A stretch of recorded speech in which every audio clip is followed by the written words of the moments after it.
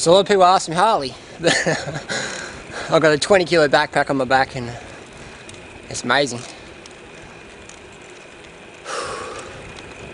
People ask me, Harley, the fruit's got simple sugars, and the wankers at Weight Weenies, Weight Watchers, weight losers say that very simple sugars, I don't get obese.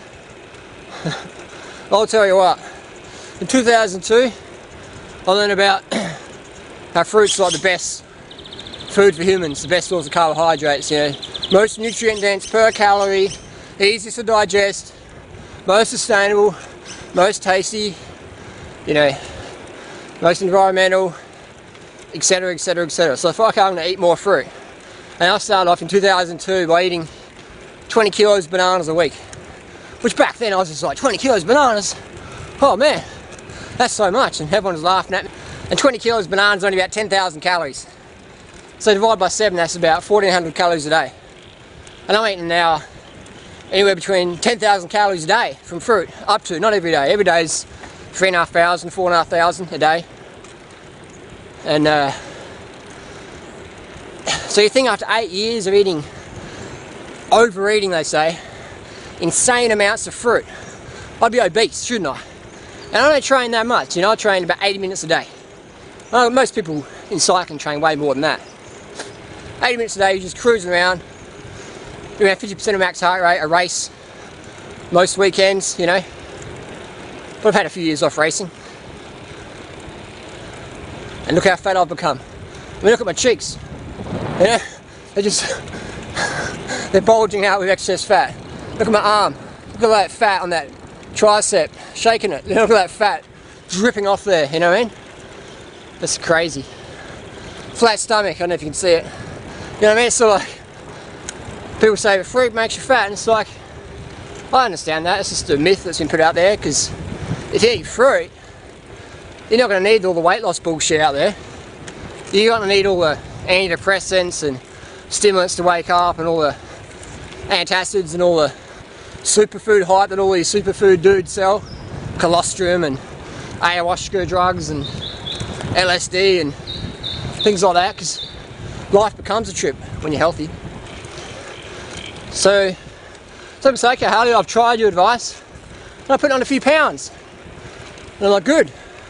Your body probably needs to put on a few pounds, because the years of starvation you've put it under. You know, training too much, trying to live too much on late nights and too much coffee, eating, under eating. That's how your body's going, alright, we're going to store a bit extra fluid, we might store a bit extra fat, get our hormones back in shape. So you put on a few pounds. And a lot of people freak out and go, oh, I've been doing this for 2 months and I've abused my body for the last 20, 30, 40, 50, 60 years, and I've been eating healthy for 2 months, and I want it all reversed in 2 months. It's not working, Harley. I'm like, 2 months, man, are you serious? It took me 5 years of consistent training to be half decent in cycling. And that's what happens to the average person, at least 3 to 5 years of hard work, commitment, persistence, resistance to self-doubt, taking advice and people getting the results you desire. It takes effort. So 2 months is great, it's a great start. I'm not putting that down. 2 years is a great start. But once you've been doing it for 5, 10 years, so they say, the results start to show. They start to compound.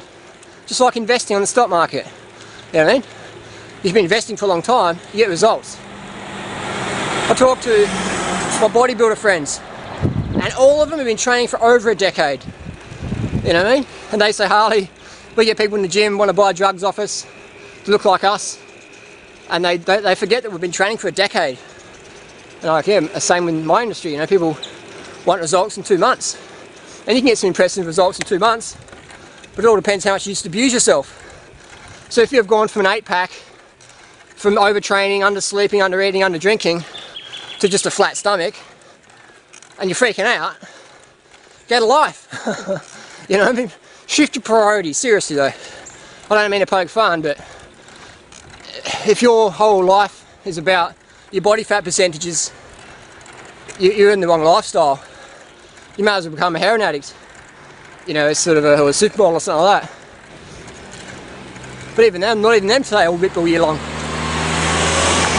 So also understand the body's going to do its thing, and all we can do is give it love, get it nurturing, give it heaps of carbohydrates, 10 grams of carbs per kilo per day, lots of water, start a day with a litre of water, as much sleep as you can. The body will do its thing.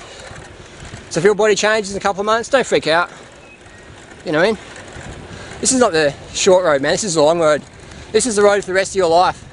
If you want a quick fix, just take drugs or go and join the desperate other people doing that, you know. But if you're into hardcore results with hardcore effort, smart effort, not stupid hardcore, smart hardcore, then this is the right life for you, you know. Because once you hit 50, 60, 70, 80, that's when a lot of stuff matters, you know. Plus now, it's good to feel good now. Does that make sense? So if you think you're getting